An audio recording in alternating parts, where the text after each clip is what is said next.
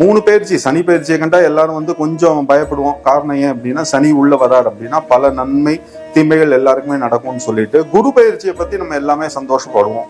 ஏன்னா குரு வந்து எல்லாருக்கும் நல்ல சாதகமான விஷயங்கள்லாம் பண்ணுவார். ஆனா பல பேருக்கு தெரியாத விஷயம் என்ன அப்படின்னா, இந்த ராகு கேது பயிற்சியை பத்தி பல பேருக்கு வந்து ஒரு பெரிய அபிப்பிராயம்ங்கிறது கிடையாது. அதுக்கு காரணம் என்ன அப்படின்னா, குரு சனிக்கு கொடுக்கக்கூடிய அந்த ஒரு முக்கியத்துவம்ங்கிறது நம்ம வந்து ராகு கேது வந்து கொடுக்கறது இல்லை.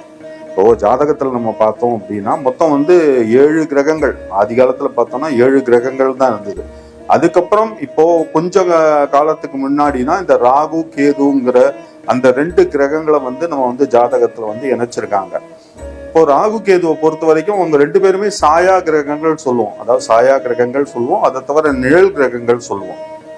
இப்போ ராகு கேதுவை பொறுத்த வரைக்கும் அவங்களுக்குன்னு தனியா எந்த ஒரு வீடும் கிடையாது. இப்போ மற்ற கிரகங்களுக்கு எல்லாம் பார்த்தோம் அப்படின்னா ஜாதகத்துல குருவுக்கு 2 வீடு இருக்கு, செவ்வாய்க்கு வந்து 2 வீடு இருக்கு, புதனுக்கு 2 வீடு இருக்கு, அதுக்கப்புறம் வந்து சுக்கிரனுக்கு 2 வீடு இருக்கு, சூரியனுக்கு ஒரு வீடு, சந்திரனுக்கு ஒரு வீடு, சனிக்கு 2 வீடு இருக்கு. அப்படிங்கும் போது இப்போ ராகு கேதுவை பொறுத்த வரைக்கும் அவங்களுக்குன்னு தனியா எந்த ஒரு வீடும் கிடையாது.